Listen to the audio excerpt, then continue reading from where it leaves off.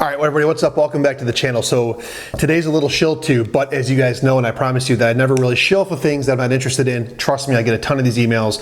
They're for stupid things. And I never really say yes unless it's something that I genuinely have an interest in. Today we're gonna talk about flashes, and I'm recording this video on the X100 Mark VI for a reason. So if the autofocus is kind of weird, because I think the XE5, which I have in front of me, is probably a good example where this product, this flash by Godox, fits in. Hopefully this is straight. I'm looking in a monitor right now. It looks a little off. I don't know. Anyways, okay. So you guys know I've been shooting the X100 Mark VI and also the XE5. They're basically the same camera, except the X100 Mark VI has a built-in lens and stuff and other things. Part of that is a built-in flash. Now on the X100 VI, the flash just sits right up here. And it's great for like that fill flash and just kind of helping, give that little bit more of like a digi point and shoot kind of look. The XE5 doesn't have that. But I use flash a lot, especially around this time of year, because it's still warm enough to go outside, but up here in Michigan it gets cold or it gets dark really, really quick, and it's Halloween time. And in the past I've talked about using flash for those Halloween type photos. Now on some cameras like the X-T30 and the XS20, they have built-in flash. But cameras like the X-T5, XH cameras, and XE cameras, they do not have a built-in flash. So if you want to get that look, and for Halloween I think it's actually really great to do this, you need to do something to add to the camera to kind of basically add flash. Now in the past I've talked about this right here. This is the Fuji X, I gotta put my face because of face detection. This is the EF-X8, this little guy right here. I don't know if it's included anymore, but it used to be included with like X-T3s and stuff like that. And this thing's pretty great because it just clicks into the top, into the hot shoe of, in this case, an XE5, right? When it's down like this, it's off, and when it's up, it's on, and it's using the battery power from the camera. So it's great for that purpose. And so I turn this on and I take a picture, right? We have flash, okay? And that's really, really good. But there's a couple problems with this flash. This flash in itself only does one thing. Either it sits up like this or it sits closed. Also, there's nothing to put in front of it to diffuse. Now you can get creative and go to like Joann Fabrics or Michaels, or I don't know if is Joann Fabrics even in business, or Michaels? I don't know.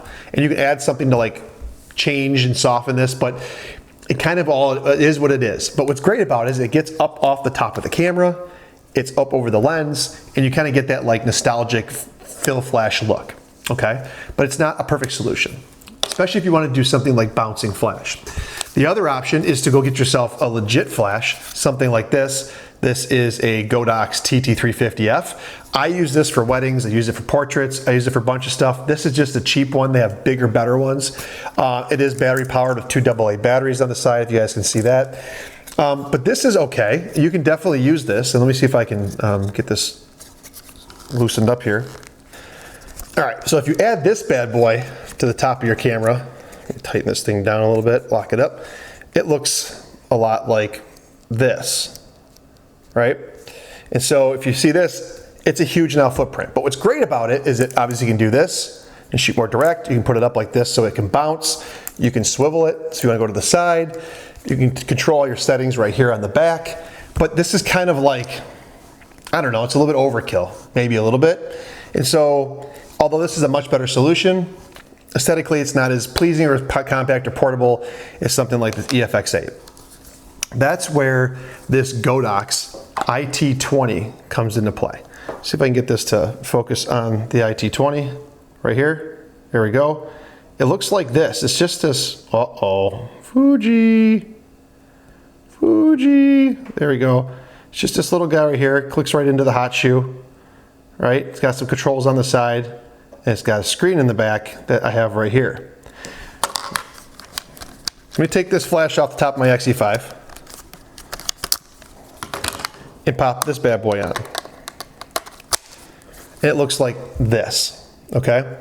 Now what's great about this is you just turn the button off on the side here, screen lights up on the back, and you have your TTL controls. You can do your plus or minus right there, right? And then you can also do manual mode or test mode on the side, and it's real simple. It's just as compact as this, and it sits a little bit higher up. And what's great about it is on the side, if I can get this to focus on this besides my head face, there is a USB-C charging port right there. It has its own battery. And honestly, this has been a great solution as well. So if I turn this on right here, right, and get a flash, okay? And this thing works really good. And so I like this flash from this perspective. It's another option. It's a little bit more direct than this one. But what's great about it is that you have the ability to change your TTL on the back, and it has its own battery. Okay, but there's still one problem. Because I talked about how this thing can do a kind of bounce flash off the ceiling.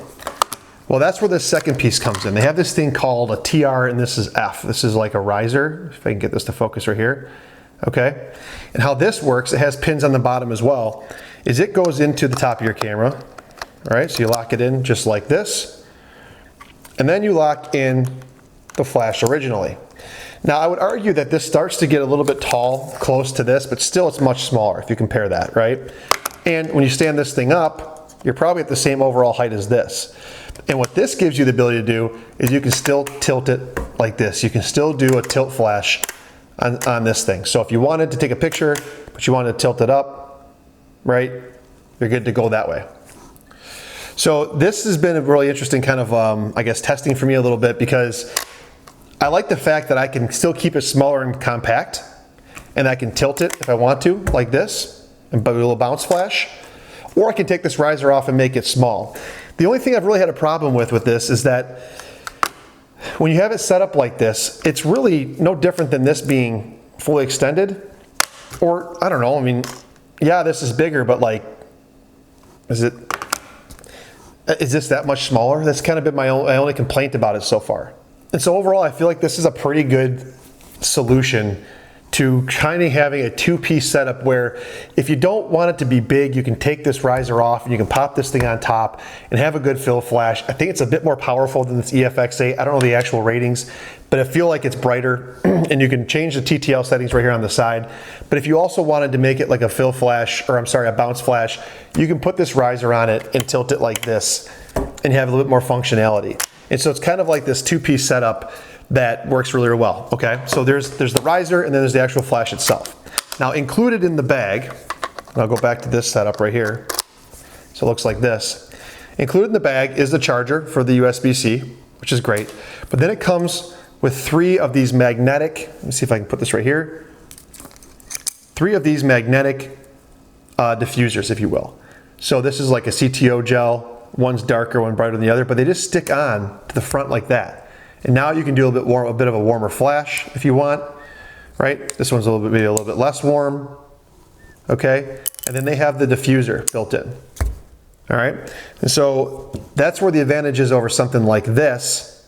And if you wanted to do that, you can put that on top of this thing right here, and you're still much, much smaller than this guy right here. And so I actually think this Godox iT20 is a great, great solution. I think they have an iT30 out as well that's a bit more functionality, but this thing works really, really well. If you wanted something real small, compact, and portable, you want to have some diffusion on the front of your flash, and you also wanted to maybe potentially do some color gels. And I think this is an overall just a pretty good solution. Last but not least, it comes in a little bag right here, and so keeping all this crap together is important. It all goes in that bag. And I should say one more thing, you should be able to stack these if you want as well. So if you wanted to put a colored gel and a diffuser on the front of it, you can do that. And it all goes inside this bag. Real small, compact, portable, with the charger, right in this guy, and you're good to go. Comes in this box if you guys care about what the box looks like. Nothing special, but it comes in this, and you get rid of those pretty quick. And I would just put this little bag in your travel kit, make it real small, portable, easy to use. And I think it's a really good flash solution. I think it's the best of both worlds between something like this EFX8 and then this TT350, where this is probably too big, but more functional and more powerful. And this is maybe a bit limited in its use case.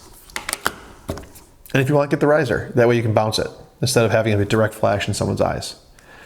So that's it, guys. That's the Godox iT20. Again, they sent this to me. They didn't have any say in this review, but it's a good little portable compact flash. And I know for some people, even if you're not shooting Fuji, but you have something smaller like maybe Ricoh or something like that, these are great little flashes to put in your bag and to be used in a pinch if you need to. So I'll see you guys in the next one. Appreciate it. Let me know if you have any questions about it. It's a great little thing. I've been using it a bunch around the house, and it's fun.